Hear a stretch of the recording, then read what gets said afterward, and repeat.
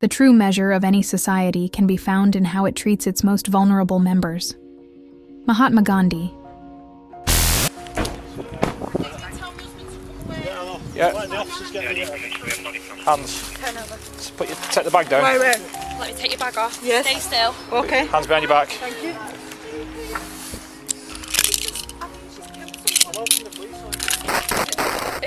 As we reflect on this cold January, I want to take a moment to remember Emily Jones, who should have been celebrating her 12th birthday on January 18th.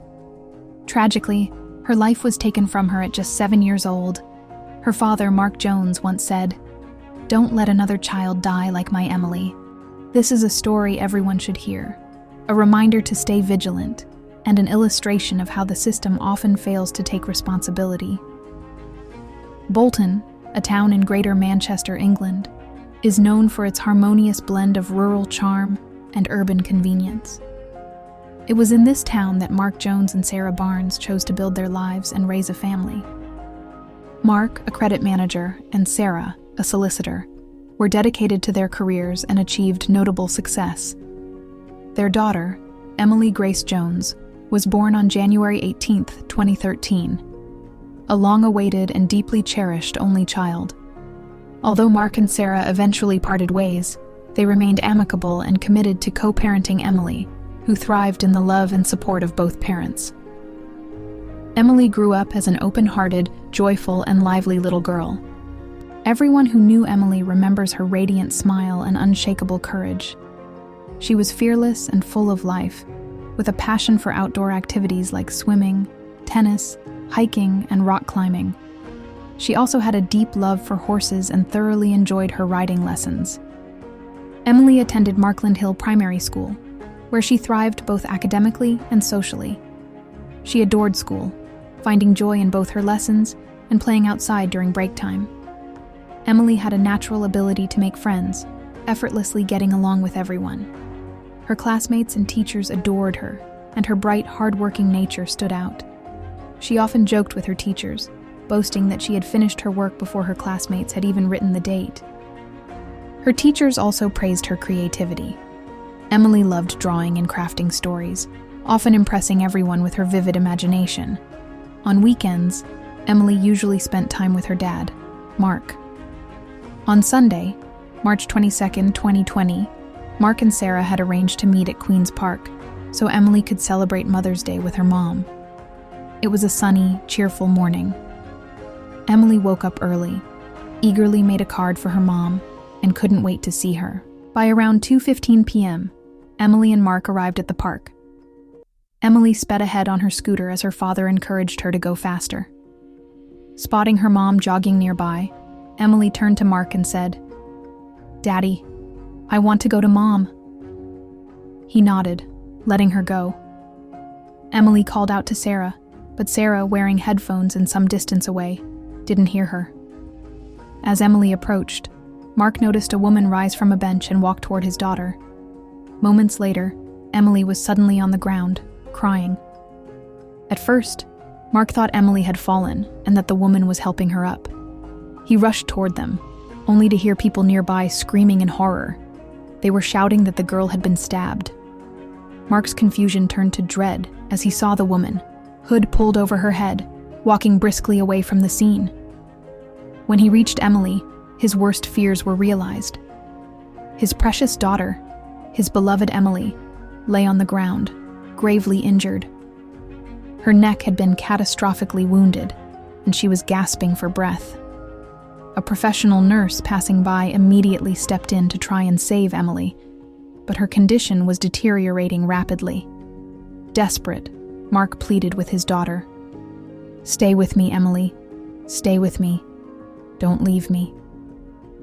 Meanwhile, Sarah was still jogging in the park, completely unaware of the tragedy unfolding. Mark called her to deliver the unthinkable news. Among the bystanders in the park that day was Tony Canty, who was there with his wife and young daughter. Witnessing the incident from the start, he acted quickly, chasing after the hooded woman as she attempted to flee the scene. Tony wasn't sure exactly what had happened or if the woman was armed, but he continued pursuing her. Meanwhile, Tony's wife handed Mark their baby's muslin cloth, in an effort to stem Emily's heavy bleeding. Emergency services arrived within minutes, and paramedics worked urgently to save the little girl. The first paramedic on the scene saw Mark cradling Emily from behind as she lay unconscious on the ground, bleeding heavily. Emily was in cardiac arrest.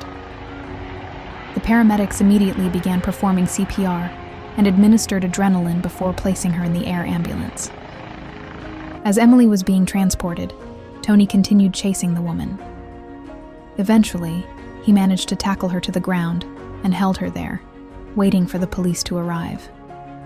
The woman barely resisted but started saying strange and erratic things. She claimed she didn't need more injections, accused Tony of killing her family, and said he was trying to kill her. Tony calmly responded, "You're not well. The police will help you." To this, she replied, "I don't need you to tell me to be calm."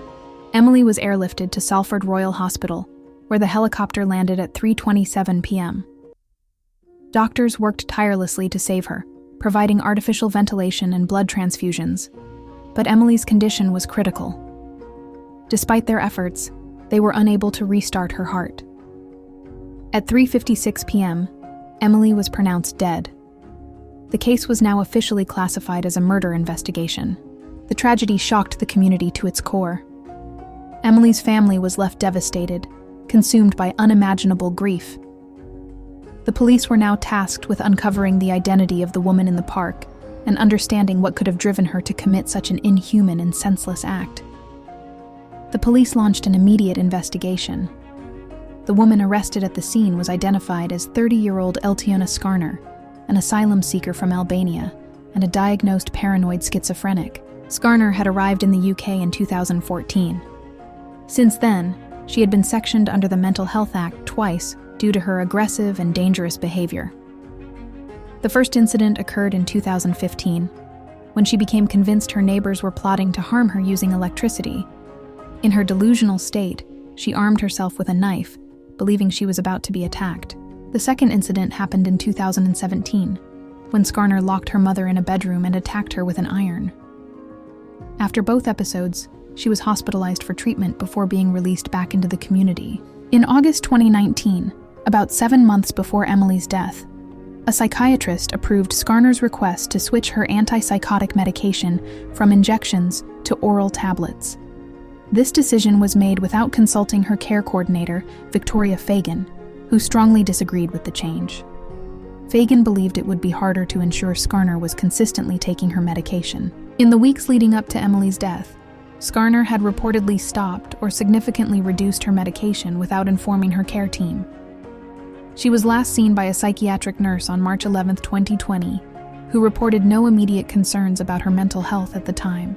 On the morning of March 22, 2020, Skana left her home around 1 p.m. and headed into Bolton Town Center. There, she purchased a pack of 3 crafting knives, later admitting to a psychiatrist that she had bought them with the intention of killing someone. She then made her way to Queens Park. A witness later recounted seeing a woman sitting cross-legged on the ground near a bench, appearing visibly agitated. He noted her vacant, unsettling expression, but as she remained silent and motionless, he eventually stopped paying attention. As Emily passed the bench on her way to her mother, Skana, with her hood pulled up, suddenly sprang into action. Without warning, she stood, grabbed Emily in a headlock, and launched a brutal attack. She stabbed the little girl in the neck and slit her throat in an unprovoked and horrific act of violence. During a search of Skana's flat, police discovered a significant amount of unused antipsychotic medication, almost a month's supply, that she had not been taking. A doctor later testified that abruptly stopping her medication could have caused Skana's mental health to rapidly deteriorate within just a few days. Just confirm to you, what's inside your bag? You can control. It's just no bombs, no nothing. No it's just bombs. my ID card. ID card? In my mom's ID card. Yeah. There's a knife, some water, some juice. Okay. Nothing. Okay, that's it. So there's That's nothing it. that's going to harm me, no? No. Okay. Eltiona Skana was charged with murder and possession of a bladed article. She was remanded in custody and scheduled to appear at Manchester and Salford Magistrates Court on May 26th. During the preliminary murder hearing at Manchester Crown Court, The judge expressed his deep sympathy for Emily's family. Addressing Mark, he said, "I can't imagine the level of pain you and your wife are going through at the moment. You have my personal and deepest sympathy, as well as the sympathy of everyone involved in the court's process." Mark attended the hearing in person, while Skana appeared via video link from Rumpton Secure Hospital, a high-security psychiatric facility where she was being held. The prosecution informed the jury that they would need to decide whether this case was one of manslaughter or whether Skana was using her mental health condition as, in their words, a convenient excuse for her actions. Evidence presented in court revealed that, while in the hospital, Skana had confided in a nurse, suggesting that the attack had been planned and was not a spontaneous act of violence. This pointed to a premeditated and calculated killing rather than manslaughter. It was also revealed that, between mid-December 2019 and March 11, 2020, Skana had no personal contact with mental health professionals. One doctor, in a report read to the court, described Skana as a very high risk to others, capable of causing serious, potentially fatal harm. After reviewing the medical evidence, the prosecution determined that Eltiona Skana should be convicted of manslaughter on the grounds of diminished responsibility.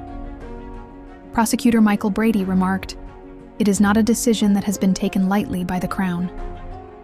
The judge sentenced Skana to be detained under Section 45 of the Mental Health Act. Eltiona Skana was sentenced to life imprisonment, with a minimum of 8 years, but she was initially placed under treatment at Rumpton High Security Hospital. Later, her minimum term was revised and increased from 8 years to 10 years and 8 months. The judge admitted that the original sentence had been calculated in error and took full responsibility for the mistake. After the sentence was adjusted, Mark stated, "I will keep fighting tooth and nail for her to stay there for the rest of her life. Whether it's 10 years or 20, it won't be enough for me. As far as I'm concerned, she's a danger to the public for the rest of her life." He went on, "She'd do it again to any child. I'd bet my bottom dollar on that." In a separate interview, Mark shared his concerns. "The whole profession of psychiatry needs to come under the spotlight at some point. I think it's a real worry. It's just shocking. We'll do our best to ensure Emily's death doesn't go in vain. We'll keep fighting to promote mental health awareness and the dangers of relapse and not monitoring mental health." Mark also mentioned, "I've met with other families in the Greater Manchester area who've been affected by homicides and the lack of funding in mental health. Everyone knows about this." An investigation was conducted into the NHS's handling of Eltiona Skana's case, but no violations were found. The investigation concluded that the murder could not have been foreseen. Mark, however, disagreed with this finding. "I cannot believe they've come to that conclusion," he said. "They didn't realize the threat she posed, but it was their job to know. They may be underfunded and overwhelmed, but there are dangerous people out there." He added, "I don't think enough money goes into mental health services, but that's no excuse, especially when you're dealing with dangerous individuals." Mark expressed that he did not feel he had closure, stating, "I want to change the system. It's my daughter, and it's down to me to make this right." He continued, "I know people say it's good for your mental health to forgive, but in this instance, I'm afraid I can't. How dare she touch my daughter? How dare she put her hands on her? No, I can't forgive her." For Emily's devastated family, life would never be the same. Emily was a bright, kind, and promising young girl, with her entire future ahead of her, one filled with love, joy, and immense potential. As Mark and Sarah said, Emily was the beat in our hearts, the spring in our step, and the reason we got up every morning. In the end, the tragedy that befell little Emily left an indelible mark on the hearts of all who knew her. It serves as a painful reminder of how crucial it is not only to protect children, but also to ensure proper care and attention for those who need psychiatric help. Emily's death must not be forgotten, and her story should act as a call for reform in systems that are meant to protect the safety and well-being of everyone. We all have the power to make a difference, to create a world that is a little safer for our children. Time may not heal all wounds, but it does offer the chance to fight for justice and for those who can no longer stand up for themselves. Let Emily's memory inspire us to take action, to understand the importance of mental health, and to show more care for those who may be vulnerable. Rest in peace, Emily. Your life will live on in the hearts of those who loved you.